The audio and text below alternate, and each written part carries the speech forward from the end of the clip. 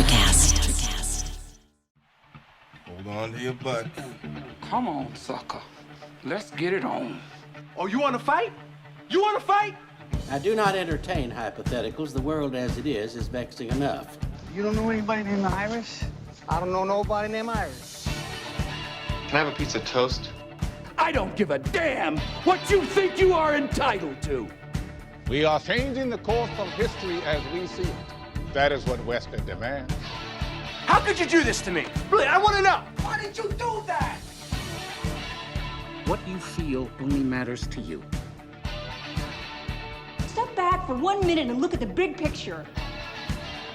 And that's all? No, not for the real fire. We offer you a bond, a family that very few can understand. Help me. Help you. And don't do drugs. Or whatever movies with Wesley and Iris. What up, and welcome to Or Whatever Movies. I'm your co-host Iris, and I'm here with my older brother, Wesley. Today we're talking about Apple original film, The Banker. Finally, The Banker. It was delayed for a while. Did you hear about this? No. Yeah, the son of Bernard was a producer on the film and kind of instrumental in bringing it to the screen, the little screen, and then got hit with abuse allegations. And so Apple abruptly canceled its release and held off for all of 3 months. The half-sister went on talk shows and stuff and said that, yeah, this movie should never be released. And then Apple was like, well, we'll give it a respectful distance, but also, you know, it has nothing to do with that person. We're not glorifying that particular person. His name has been removed from the credits as producer, and here you go. Bernard Garrett's son sexually abused his half-sisters. Yes, that's the allegation. Weird. Yeah. And, you know, Anthony Mackie and Sam Jackson, who in promoting, and Nia Long in promoting The Banker, definitely are talking about getting stories front and center about prominent black figures and how they factor into the evolution of history and how, as business people, they're regarded, right? Yeah, I mean, it's no small feat that Bernard Garrett and Joe Morris and, you know, by extension, Eunice Garrett were instrumental in desegregating housing in LA and also paving the way for black ownership of property. With their 177 properties, they made room for young black professionals, young black families to kind of move into what were traditionally known as white neighborhoods. Right. And which ultimately, according to the map, at least, that Bernard was looking at, some of them were almost exclusively black neighborhoods. The rest were mixed neighborhoods. And I didn't see any remainders on the map that were entirely white neighborhoods, which is, I guess, the point, right? The point of integration. You're talking about the map near the end of the movie where he and Joe were in big business and spreading out and expanding their empire. Right. The level of success where you can have scale maps built of entire cities. That was their kind of contribution. And also I think that there were some broader themes about racism then and racism today to a certain extent. They also explored confidence, naivete, and faith, and also like trust. I remember trust was like a big theme. So there was a lot going on in this film. Yeah, but Joe didn't trust anybody. Yeah, black or white. Joe didn't trust anybody. And that was the lesson, basically, that Bernard had to learn. Yeah, so this movie was sparse and clean. It felt like an Apple movie. It wasn't terribly dynamic. A lot of it took place. A lot of it were conversations in conference rooms and things like that, and in people's living rooms. And so it lent well to watching it, basically in whatever format was necessary. I got the same feeling, and I kind of attributed it to whether it was Anthony Mackie's performance or whether it was Bernard Garrett as a character. You know, he was kind of stiff, and Sam Jackson even goes so far as to say, you know, get this man a drink and get the stick out of his ass kind of a thing. And I felt like the directing was kind of mimicking or like catering to that performance. Like the directing likewise felt stiff. The angles were almost geometric. The shots were very static. Well, that would suggest nuance, right, on the director's part, where he's reacting to the actors on screen. I'm not sure it was that detailed. It felt like a pretty straightforward, I dare say pedestrian style of filmmaking. There were no frills, and maybe it was a no-frills movie because it was mathematically based, but even Good Will Hunting had some style. And Sam Jackson, in interview, called this movie the hidden figures of banking. And that's pretty good because I was trying to find movies to compare it to. It feels strange, not just because the Apple Plus platform, but because of its thematic elements. And Hidden Figures had the dynamics of actually going into space and seeing a direct application of the math that we kind of glossed over in that movie, as opposed to The Banker, where it was hard to discern, but we didn't actually have to follow the math in order to follow the story, but not as dynamic a story.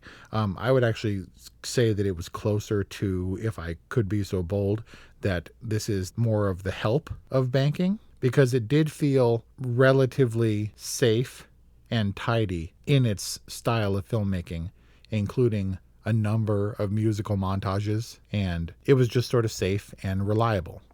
Well, also, you don't need to dress up scenes with Sam Jackson. He's enough life and activity in and of himself. Yeah, and Sam Jackson, not a lot of acting. I think Anthony Mackie, I really like him. I've liked him ever since The Hurt Locker, and then he found his spot in, the Avengers and stuff. He's good in that you can see his spirit and his soul and his performance even while he has a stick in his ass, figuratively speaking. Whereas Sam Jackson was playing himself? Absolutely. Didn't deviate from the Sam Jackson-ness one iota. He said, "Oh, I'm sorry." And I fully expected him to say, "Did I break your concentration?" It was exactly pitch perfect as it was in Pulp Fiction, set in 1994. He just, down to the Sam Jackson laugh. He never deviates. He plays himself, and that's great because we love him and he's awesome. Anthony Mackie, also awesome. I thought Nia Long was pretty restrained and kind of just there for exposition and didn't do a whole lot. She was all right. They tried to give her a little bit of life and a little bit of backstory. Like there was that cutesy moment where she comes in and she completely overrules his interior decorating taste. I don't know. And then the end, and she's like long suffering and all happy to see him and stuff. She bugged me in that I get it. She was all faithful and she stood by her husband and she believed him and she defended him against her uncle, saying he was a genius. And then he buys her this house and she pretends she doesn't know that he bought it. And then when he tells her in the reveal, she's like, "I love it." And I'm like, oh my God, if Brian bought a house without telling me, I'd be so pissed. It was a different time though, right? You think she would kind of defer to her husband more in those days than she would now. Maybe, but at the same time, she was like, it's not his choice if I go back to work at the Plantation Club. So she was like all liberated, but then she wasn't. At the same time, she did stand up to him when she said, "Because I'm a woman," and he said yes. So it was obvious those social dynamics, those marital dynamics were in place where she was expected to defer to him, and maybe he seemed like the type that would need to be in control and need to be the head of the household, right? So you suggested The Banker. So I wasn't aware of this movie, and as is the case with streaming, it's much easier because you don't go into theaters and see other movies and then see trailers for this one, so it wasn't anticipated. So I went into The Banker, as I did with Greyhound and The Old Guard, completely cold. And that's so unlike you. Had no idea what it was about, so I didn't know where it was going to go. So did you know where it was going to go with Susie the White Wife? I figured that it would be at least more detailed, given that Susie shows up with her Susie name tag and hits on Matt, who she believes is filthy rich. And then literally the next time we see her, they're getting married. But you mean her coming around and being racist? Yeah. Wasn't she just glowing white and blonde and destined to be the bad guy? Well, I think she was inconsequential enough. So do you think that she was the motivation behind him kind of turning on them? I think that she was prodding him, to take his place or take control of the businesses. I think that she maybe didn't understand fully their arrangement or Matt's ability and was really pushing him to assert himself. But she also insinuated that black people can't be smart. Yeah, they can't be smarter than he is. Which is so racist and crazy. But it's also a mindset from the 50s it's difficult to get away from. all the people that we vilify now that were changing after the fact, John Wayne and Walt Disney and all these people, it was a culturally accepted mindset among white people. And I know that that's horrible to say and it's not a justification, but also her character was tangential enough so that I didn't vilify her right off the bat. I can understand, and even he gave her a dirty look and was like, you can't say things like that. Right, because he had had all this experience with Joe and Bernard and knew without a shadow of a doubt that they were way smarter than him. Experience that she didn't have. So she can possibly be forgiven her transgressions or her indiscretions, whatever the case. I didn't see her as the evil mastermind behind his turn, which in itself was weak, because if it was a betrayal, if we can even call it that, it was a pretty soft betrayal. Bernard seemed to have made his peace with it pretty early on. They had their agreement that he would buy the Bahamian houses and that he would get himself off the hook for 50 years. Right, and so that was Dakota, but we didn't know it going in. And we didn't know that he contacted him. We didn't even know 100% that he was staring at 50 years on the table until it was revealed after the fact. Oh, that's a good point. All we knew is that he was turning, and when he did, it was kind of soft, and it wasn't like, I've been playing them all along, anything like that. And that softness and timidity in making a dramatic turn for this movie for the purposes of really driving home the point that they were prosecuted for crimes that the Matt character was responsible for is indicative of a larger problem in this movie, I think, because as I said, I went into it cold, didn't know where it was going. He was a real estate tycoon and hardly a banking tycoon, but they spent so much time on the real estate, and it was also part of the card at the end where they talked about how they transformed the housing, the integration of, or the desegregation of housing, but that wasn't the focus of this movie. His real estate ventures weren't the focus of this movie, because while that was noteworthy, it seemed like the focus was using his real estate position in order to leverage his knowledge of how to acquire buildings, specifically bank buildings, to purchase banks in his hometown where he couldn't get ahead, and then move to LA so that he could help other Black small businesses and families get ahead, to close the wealth gap, to end financial discrimination so that they could be prosperous, productive citizens. I mean, isn't the whole point of the movie that he went home and used his anger and his frustration and everything he had learned and directed that at solving the problem that had driven him out of the South to begin with? Yes, although it seemed more of a whim than a strategic culmination of a plan. And that whim was motivated by frustration and anger. It seemed almost like the principle of the thing.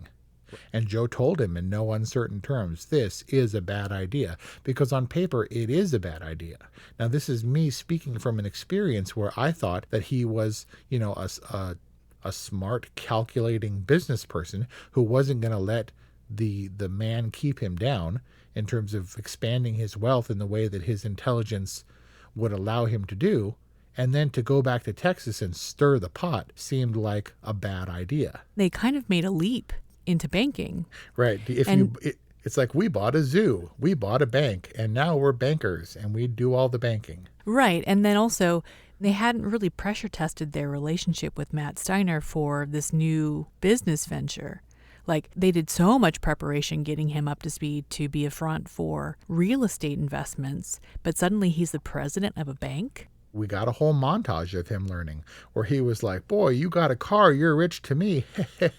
And then the next thing you know, there's a montage and he's playing golf. And at the end of it, at the end of one song, it was like the Matrix. He's like, I know Kung Fu. And suddenly he can do the math and bank and everything.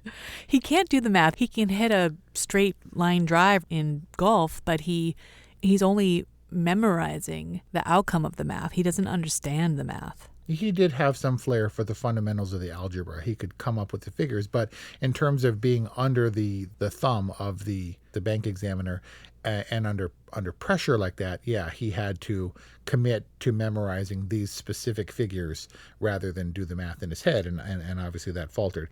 I think you make a good point that we spent an awful long time with real estate business, building a real estate business, and the banking angle feels more like a bookend for the film. Like, it starts with young Shoeshine Garrett hanging around the bank and wanting to be in the banking business. But also he's learning about real estate banking and investment and loans, not necessarily about banking. And then they do the whole real estate montage. They get into the business, and then, opportunistically, he's home and he's inspired to get into the banking business in Texas. But it doesn't feel like all of his life he wanted to return home and buy the bank that he was the shoeshine boy outside of. It seemed like they went home to visit his dad, and he drove by the bank and he got inspired. And he was also getting a little, what's the word? Like when you're maybe too confident, like overly confident. Heady? Yeah, he was getting a little heady about his ability, and what the hey, why not go into banking? Like for reals. Yeah, and so I think in terms of setup and payoff, they could have done that more effectively, because we did kind of gloss over his formative years in terms of business acumen in Texas. By the time he showed up, we learned in LA, we learned he had already had a company, had already sold it, and that's how he had acquired his investment capital. Well, that's a filmmaking limitation, right? You hate it when there are multiple Bernard Garretts in a film. Yeah, well, I don't hate it, but it is distracting, certainly when there's more than one. If I can make that association, but carrying it through over the years where 3 people, 4 people play the same role as they did in Slumdog Millionaire, then it gets a little bit distracting. Such a good movie. But yeah, going from the shoeshine years to all of a sudden he's in LA and has owned businesses and has already owned property, because by the time he meets the Matt character, his cousin says he owns businesses, he owns buildings, that's what he does for a living. So instead of glossing over the sort of real estate trials in Texas that forced him to go to California, and instead of focusing on his inability to thrive financially, where he felt he had to leave to find someplace where he wasn't facing quite as much discrimination, or could at least get around it by hiding, behind the Matt character, we could have seen, instead of building up the real estate, which wasn't the focus of the movie, it was ultimately buying the bank, we could have instead seen how hard it was for him and his family specifically, and how members of the Black community in Texas, how hard it was for them to get loans and get off the ground, to where he said, I can't do it here. I have to leave and go someplace where I can thrive. And that would ultimately drive his desire to go back and change things where he was from. In the West rewrite. In the rewrite, yeah. But it seems like when he got to LA, the same thing happened. He knew he couldn't get appointments with the bankers or the people that would give him loans. It seemed like he couldn't exactly get what he needed in LA either, except through alternate means. The system was working against him, so he had to find ways around it, like he did with getting the loan from the banker Reed. Yep. And like his original business arrangement with Barker, was it? Sure. Which, by the way, that sucked. Why didn't he have anything in writing with Barker? Yeah, Barker did, I thought he was going to be, again, not having any clue where this movie was going, not having seen the trailer. And I did watch the trailer after the fact, and he doesn't factor in it one iota. Never a frame in that trailer, because he was gone so fast. Well, I thought that he was an interesting character because he was the kind of like old sage businessman who likes the young upstart with moxie and ambition, and he, wanted to help out Garrett for whatever reason. But it really weirded me out that in so many of Bernard Garrett's business transactions, he would talk about what a great business idea it is, what a great investment it would be. So Bernard's pitch to Barker was, it's a great building, you're not exploiting its possibilities, you're not at full capacity, there's a whole market of young Black professional families that you could be catering to, and there's a great business opportunity here. And it's like, well, why does that inspire somebody to sell their building and not just take your idea and do something with it themselves? The same idea when they bought the bank building. It wasn't even for sale. So, don't you have to go in with, a very enticing offer for them to even consider it? And yet they were going back and forth and negotiating the sale of the bank building. But, like many things, the Barker character was unceremoniously disposed of and forgotten about entirely. Unfortunately, that business agreement between them, the handshake agreement, was also forgotten about by his racist wife. Right. None of it felt particularly fleshed out. It felt convenient for the purpose of moving it along. And a lot of times, the overtly racist ninnies that appear in these kinds of movies, like the tenant in Barker's original building, Like, they seem so caricature and they seem so convenient to convey the theme. But I also, that's my impression, that it's like, seriously, were people really like that? And then I think, well, people were probably really like that because people are like that today. In the South, for sure. Or even in LA. It reminded me of that video where the crazy white woman is berating the Asian-looking woman in Wilson Park in Torrance. Oh, man. Torrance, our hometown. Our hometown. And there's this racist woman saying how her family's going to kick this other woman's ass because she's from some Asian country and because she's exercising in the park. Now, as before, people are encouraged because they feel backed and supported by culture, which would perpetuate the racism and the behavior where they would be able to say things directly to Bernard's face or to the lady's face. You know, it was unmasked, unvarnished racism, right? Just like, you can't be here, boy. It's like, Jesus. Yeah. So maybe they're caricaturish, again, like The Help. That said, knowing that this whole thing was racially charged from the beginning, I did feel some tension going through. Granted, The Banker is an awfully boring title, but I was also waiting, because it was so racially charged, for the other shoe to drop, where I thought, okay, we're in a stage where Johnson is vice president, JFK is still alive, Martin Luther King Jr. is still alive, but once these people die, there's going to be a racial shift and there's going to be some upheaval, and things are going to go pretty badly. I was really afraid that that was what was going to cause everything to come crashing down around their heads at the end of Act 2. The cold open set up where the film was going. Well, yeah, but I had no context for that. Frankly, I was like, all right, there's a courtroom setting, and then we cut away with no real context for what he's about to do. Yeah. We didn't know that he's about to testify on his behalf in his defense for a trial that would ultimately send him to prison. I can totally see the socio-historical context, right? That there would be some broader racial shift or movement that would affect, their story. But it seemed like it was just all leading toward the courtroom scene where we eventually find out he has to make a decision, right? If he's going to play the political game and basically take a deal, or if he's going to stand up for what's right, the principle of it, and use that as a platform for his message. Why is it so important for you to keep us down? Why is it so important for you to discriminate against an entire nationality, an entire or race of people? Yeah.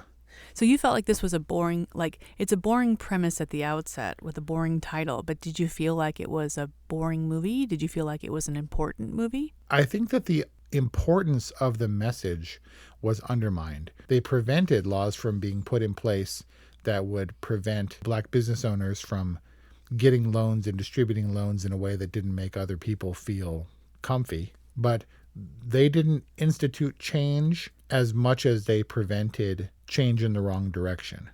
They stood up for what was right, and that makes them heroes, even if they were going to be put down for their troubles, even if they were going to go to prison unjustly for crimes that technically, if things were illegal, and that's where things got hazy as well, as to whether or not Bernard or Joe did anything illegal. They definitely hid behind what they could in the paperwork, and they did some angling and strategizing. But even for what Matt was doing, Bernard warned him that that could be constituted as fraud, but I'm not even sure he was doing anything overtly illegal. It seemed like the white people were pissed that the Black people had control right under their noses of white people's money, and as such, they were going to make an example of them, even if they had to make an example of Matt to do it and put him away. Right? Even if they didn't do anything specifically wrong, they still did enough in white people's eyes to be sent to prison, and while the Matt character got off scot-free. But Rosa Parks didn't stand up and whoop some ass on the bus. She just refused to move. And they refused to adhere to the rules that would have prevented them from prospering. They changed the game subtly. I came to understand that, these kinds of stories are important because the way kind of Hollywood works right now is, you have to be a saint. You have to be a Martin Luther King Jr. or a Muhammad Ali or a Harriet Tubman to have a movie about you if you're Black. Whereas you can run a marathon and have a movie if you're white. Which, millions and millions of people do.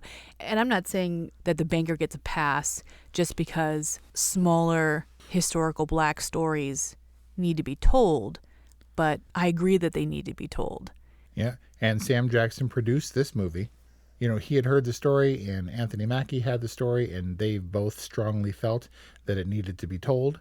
I'm glad that it's a vehicle specifically for Anthony Mackie, who, as far as I know, hasn't really carried a successful movie. He's been parts of ensembles, and he's been pretty strong supporting-wise. Sam Jackson can do anything. That doesn't mean he has to do anything, but he chose this story and wanted to both be involved as an actor and as a producer, which lends itself to, the idea that it's a fairly strong concept that he believes in. But also, George Nolfi, director, definitely a white dude. And so messages, sure, but not an entirely black film, all black cast or all black filmmakers. You know what I mean? Right. Whatever needs to happen to get it to the screen. And I don't think it suffers because it has a white director. I don't think it has a tremendous amount of style because of this particular director. But yeah. So one last question. Did the whole glasses thing work for you? The idea that was he trying to look more intellectual, because that's just silly. But then again, nowadays kids wear glasses that don't have lenses in them because it's a style choice. That happened to Elton John too. He wore glasses because he wanted to have a signature style, and then it messed up his eyes enough so that he had to permanently wear glasses. Self-fulfilling. Sorry, it's dumb to wear glasses when you don't have to. As a person who did have to wear really thick glasses for a long time, the second I could get them off my face, I did so. I just don't know why it was a story point or like a big deal. I don't know. He's not wearing his glasses. Yeah, he doesn't have to wear his glasses. Never had to. And like bum bum bum. Right. So my last question is, was the Bahamas ending real? Did they go off and live happily ever after in huts side by side in Margaritaville? Brian had the exact same question. Like, do you is that historical that they had houses in the Bahamas? Like, I don't know. If they did, conceivably, Matt would have had to have bought them in his name, right? And then what could have transpired in the time that they were in prison, since we don't really have a good sense of how long they were in prison. Right. It seemed pat and convenient. In a movie that got us from point A to point B by glossing over some things, then they got to point C in the Bahamas. Seemed awfully convenient. I mean, it's not a tragedy, right? So they had to have a happy ending. Although the happy ending maybe didn't have to be quite so happy as retiring, with a pina colada in the Bahamas. The fact that he didn't tell her about it and the fact that she was happy about it, was so annoying. It was just like the first house that he bought. So maybe it just wasn't set up properly. We didn't really get the backstory of Garrett's deal with Steiner and what the arrangement was until that moment. And maybe we just maybe it just wasn't set up properly. Yeah. But it did feel convenient. I didn't feel happy for them. It didn't feel satisfying, I guess is what I'm saying. The ultimate resolution didn't seem to be satisfying or proper in that this story would have all the pieces needed for a dramatic movie with real weight and concept of consequences. So does that affect your rating? In a way, it's part of a larger problem with the movie. I give this movie an all right rating. It was enjoyable, timely, messages were important, and these unsung heroes of culture, like the hidden figures, needs to be told. And maybe those stories aren't always glossy. Maybe they were embellished, as they might have been with their Bahamas happy ending here, for dramatic effect. But whatever the case, I'm glad it was told. Well, I was going to say that The Banker was an okay movie, but I think given its context, not only on Apple TV+, but also socio-politically, I think it's an important film, so I think it was good. Good. We are in agreement. So that was our talk on The Banker. This is our second Apple TV Plus review. We hope there'll be many more. Give us a call. Let us know what you think. 818-835-0473 or whatevermovies@gmail.com. Thank you for listening. We really appreciate all of our Patreon patrons and your support. We'll see you next time. Welcome to Ringside with Ray and Prince. My name is Ray Leonard Jr. Oh, is that the dad? No, that's just my dad. My name is Prince Daniels Jr. Daniels again with a big home touchdown. On this show, we come to humanize athletes, entertainers, business executives. We're going to see what makes them tick. Tuesdays, 10 a.m. Pacific time on Spotify, Apple, Amazon, and wherever you get your podcasts. We'll see you there. Peace and power. Electric acid. Hey, what's happening out there, everybody? This is Lawrence Ross, and I'd like to tell you a little bit about my podcast, The Lawrence Ross Show. Egomaniac. It's a 2-hour weekly exploration into my mind. I also do sketches, celebrity impersonations. You're out of order! And I also do song parodies. Not too shabby for a blind guy. Not only are you visually impaired, but you are geographically impaired. New episodes are released every Friday. Check it out on your favorite podcasting platform or listen to it here on Society 13 on Electricast. Electric acid.